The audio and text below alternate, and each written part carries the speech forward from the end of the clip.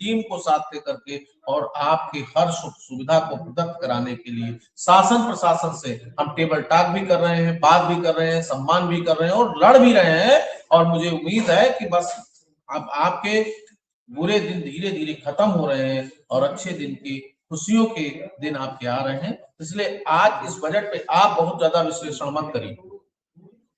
माने मंत्री जी ने पूरी तरह से कहा है तो आप वेट करिए और निश्चित रूप से अच्छा होगा, बेहतर होगा।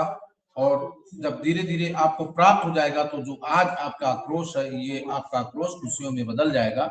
लेकिन पीड़ा हमको भी है, आपको भी है। आज बढ़ जाता, आज घोषणा होती तो आज भी आपको प्रसन्नता प्राप्त होती। हो सकता है आपको 10-20 दिन 15 दिन और इंतजार करने के बाद, महीनों इंतजार करने के बाद इस दिन आए, तो आप उसका प्रतीक्षा करिए, समय का इंतजार करिए और धैर्य रखिए, साहस रखिए और अपने लोगों पर भरोसा रखिए।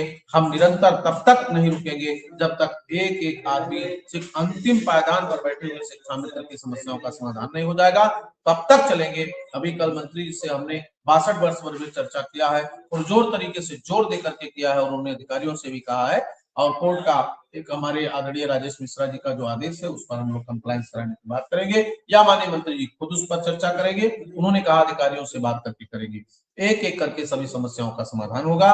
बजट की कॉपी निरंतर आपके बीच में आती रही, जाती रही। पिछली बार से काफी बृहद बजट बढ़ाया गया है और उस बजट में शिक्षा में देशों को कुछ मिलने की पूर्ण रूप से संभावना है और वो अभी 20 तारीख तक बजट सत्र समाप्त होने के बाद फिर हम उस पर काम करना शुरू करेंगे। जी, पिछली बार से इस बार बड़ा हुआ बजट है बेसिक शिक्षा का, इसमें कोई दो राय नहीं है और बड़ी तादाद में स्कूल बंद भी हुए हैं। तो जो बजट है वो कैसे खर्च होगा ये साफ साफ दिख रहा है। लेकिन उससे पहले आप अपनी बहुत ज्यादा राय मशवरा ना दें, सोचें और विचार करें। हालांकि मैं ये नहीं कह रहा हूं कि आपको ये लगे कि फिर वही बातें गोल गाल और गोलम गाल होने लगी, ऐसा कुछ नहीं है।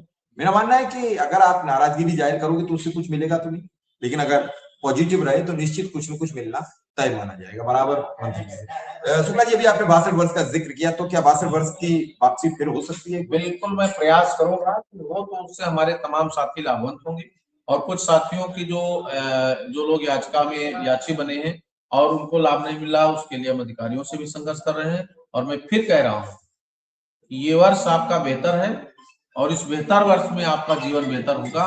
निश्चित रूप से आर्थिक सुदृढ़ता आएगी, लेकिन हम आप अभी थोड़ा संयम रखें और नहीं होगा तो कुछ समय इंतजार के बाद फिर हम लोग जो आप चाहते हैं वही होगा। लेकिन जब तक मैं अनुरोध करता हूं कि आप लोग शांत रहिए और समय करीब है, निश्चित रूप से हम सबका दिन बदलेगा, सबके घरों में खुशियां होंगी और सबका बेहतर होगा। बजट बेहतर है तो हमारा पैसा और हमारे आर्थिक स्थिति भी बेहतर होगी। 20 के बजट के बाद हम लोग निश्चित रूप से अगली कार्रवाई को आगे बढ़ाएंगे। आज अभी बजट के बाद क्या श्रीचंद शर्मा जी से मुलाकात हुई? अभी माननीय श्रीचंद शर्मा जी से हमारी मुलाकात नहीं हो पाई है। उनसे मिलने के बाद ही हम लोग अगले रणनीति और अगली बात विचार पर व्यवस्था बात करेंगे।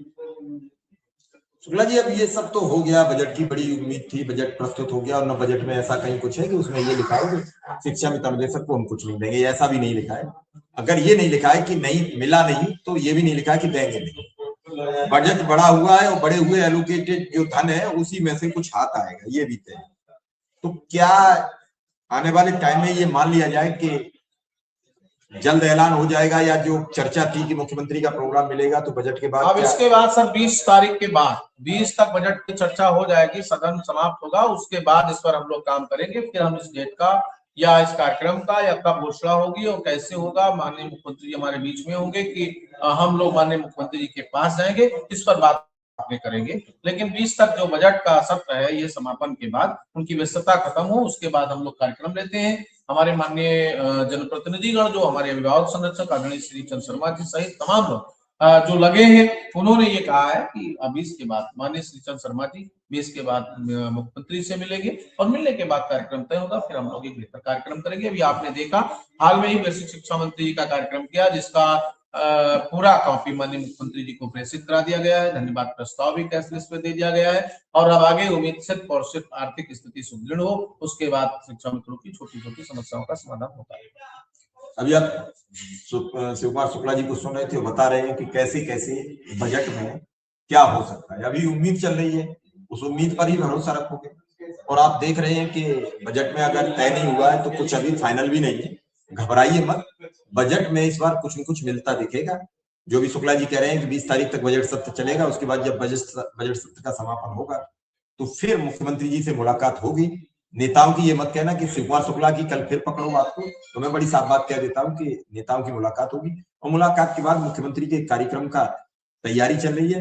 और मुझे जहां तक लग रहा है कि वो ऐलान भी कार्यक्रम में ही हो जाना चाहिए, हो जाना चाहिए। बिल्कुल, क्योंकि मुख्यमंत्री जी जब आएंगे शिक्षा में तर्कसकों के बीच तो कुछ न कुछ बोल के जाएंगे, खाली हाथ नहीं छोड़ के जाएंगे। किसी भी राज्य का राष्ट्राध्यक्ष, राज्य का अध्यक्ष या मुखिया आता है तो कुछ न कुछ वो दे के जाता है, खाली हाथ नहीं जाता है। और चलिए प्रतीक्षा कीजिए और उम्मीद है कि आपके लिए ये सब सकारात्मक रहे, अच्छा रहे। ऐसी मेरी आपके लिए शुभकामनाएं। और इसी के साथ हम शुक्ला जी से विदा लेंगे। शुक्ला जी, आपका बहुत बहुत आभार, बहुत बहुत धन्यवाद।